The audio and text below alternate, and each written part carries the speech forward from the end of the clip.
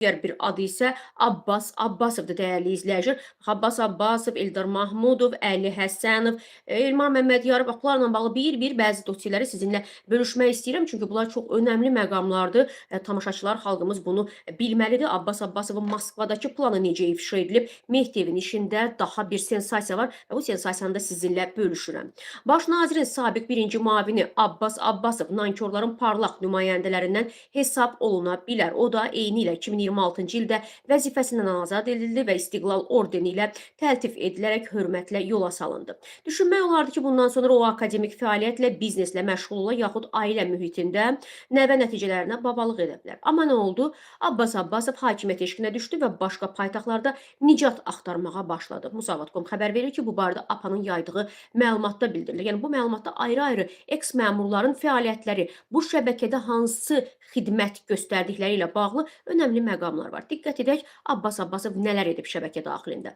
2013-cü ildə Azərbaycanda dövlət çevrilişində cəhd planlarını xatırlatmaq yerinə düşər. Həmin vaxt Rusiyada milyarderlər ittifaqı quruldu. Azərbaycanlı iş adamları bu ittifaqa cəlb edildi. Azərbaycanın və onların Azərbaycanın siyasi müxalifəti ilə əlaqələri də formalaşdırıldı. Və bu prosesdən bir qədər əvvəl Ziyalılar Forumu yaradılsa da, az sonra orada toplaşan ziyalıların bəziləri məsələnin mahiyyətini anladılar.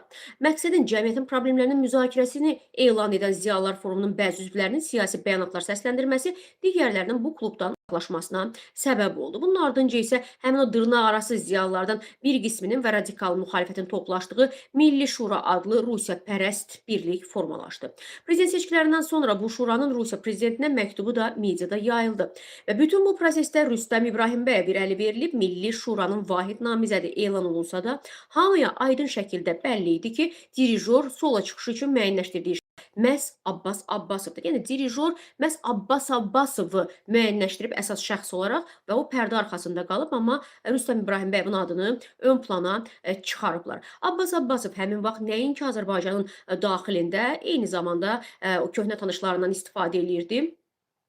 Rusiyada onunla eyni siyasi mövqedən çıxış etməyən diplomatlara, iş adamlarına və diaspor üzvlərinə qarşı da repressiv cəzalar tətbiq etdirirdi. Yəni, mənimlə birgə olmayan, mənim qarşımdadırsa cəzasını da alacaq deyirdi və bunun üçün müəyyən rıçaqlardan da istifadə edirdi. Yeri gəlmişkən, həmin vaxt xaricdə çalışan bəzi diplomatlarımız Abbas Abbasovun Rusiya bazarlarına qədər gedib oradakı azərbaycanlıları belə bu prosesə qoşmaq istəməsi barədə açıqlamalar demək verirdilər. Və bu açıqlamalardan sonra isə Ramiz Mehdiyev onların media çıxışlarına qadağa tətbiq etmişdi.